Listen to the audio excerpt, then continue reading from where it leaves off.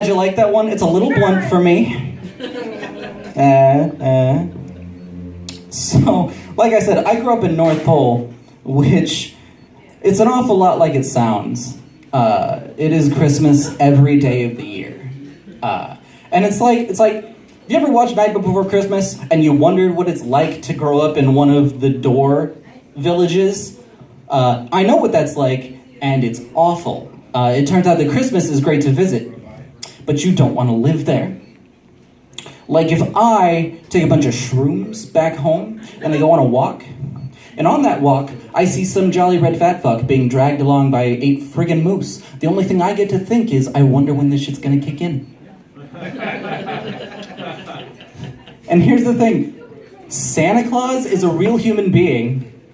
Okay, it's like there is an old white fat man with a beard in North Pole who is on our city council. That is the thing you can Google right now. Okay? And that happened 2 years ago, and I've been keeping an eye on it because there are a couple of interesting things he believes in. He is all about the legalization of weed. So if next Christmas I don't have an eighth in my stocking, I'm gonna be super disappointed.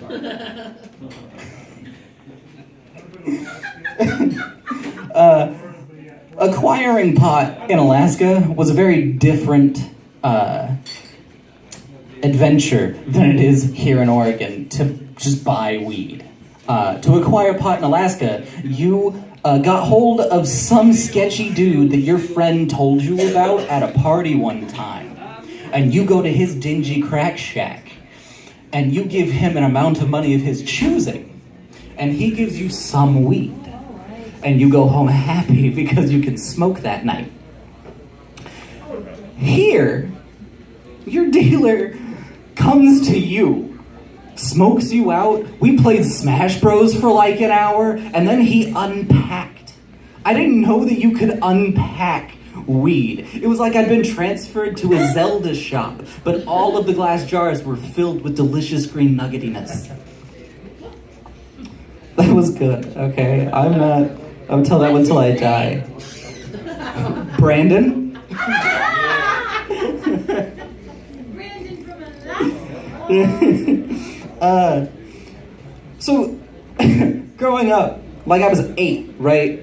And one of my chores growing up was to feed and water the dogs. We had a bunch of outdoor dogs. So I would take this bucket outside to a water spigot, and I would fill it up from there, and I would water them. But one year, the spigot had gotten a drip, and it created this perfect ice bowl, or death trap.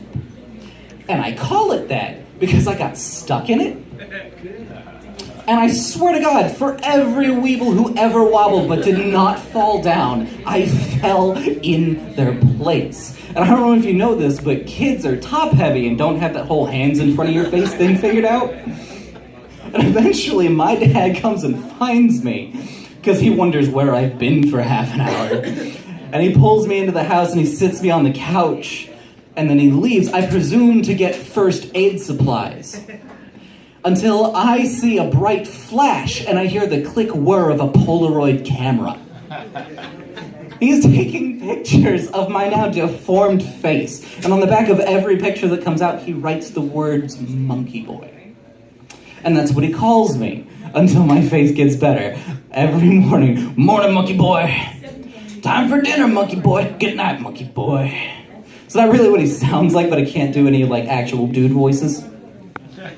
And one day he dropped me off at school. And sure enough, he yells out, "Have a good day, monkey boy!" And you know who's meaner than second graders? 13-year-olds. High schoolers, as it turns out. Yeah, because when I got into high school, people realized that my name is Kris Cox. And I have an older brother, which technically makes me Little Cox. You ever tried to get a date with a name like Little Cox? I have. I can't do it. And I thought that was pretty bad until I broke my leg. And it turns out that one of the words people use to describe a person who hobbles around a lot is gimp. And I don't know if you've ever tried to get a date with a sane girl with a name like Gimpy Cox. But I have, and I can't do it. Every date ends the same way. The safe word is pineapple.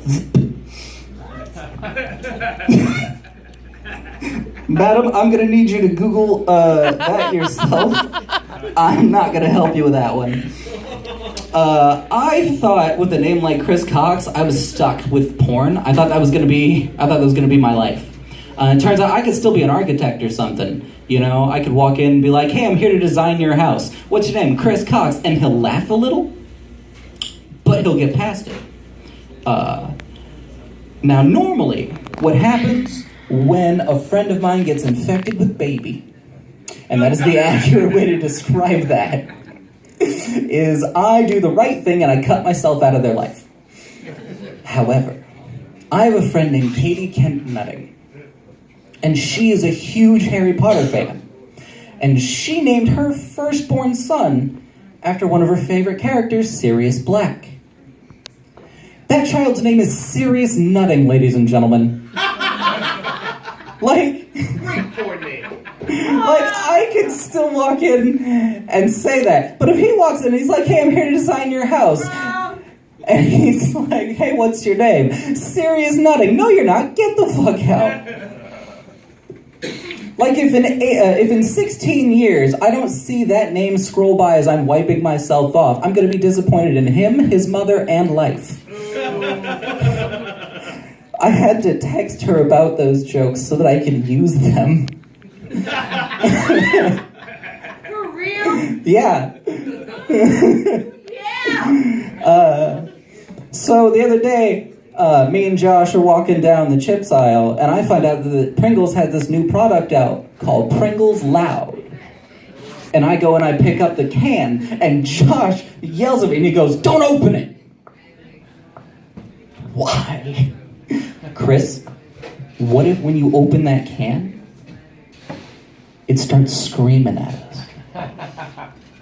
Josh, if I open this can and it starts yelling at us, we've been transported to the Harry Potter universe, and my life is complete. And sure enough, Josh is looking around, and he's like, I don't remember walking down aisle 9 3/4. And I'm like, Josh, this is the safe way. It would be way sketchier. This is obviously Diagon Aisle. I would like to thank you all for following me on that Harry Potter nerd extravaganza.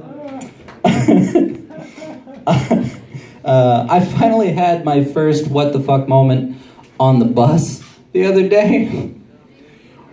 And it was this gentleman is sitting on the bus and he screams aggressively, I'm very upset. Somebody talk to me. And we did the normal thing where we put headphones in and extra ignored him. So he stands up and he just falls face first on the ground. And then he stands back up and he says, this is performance art. Don't make me do it again.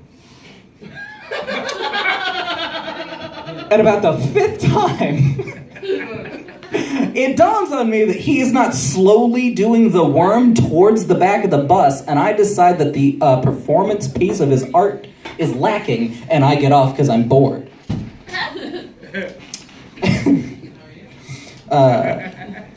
Harry Potter shows up a lot in weird places in my life. I'm convinced that I dated a Dementor once, because I read those books, and they tell you that in the presence of a Dementor, you can feel all of the warmth and happiness and love be sucked out of you.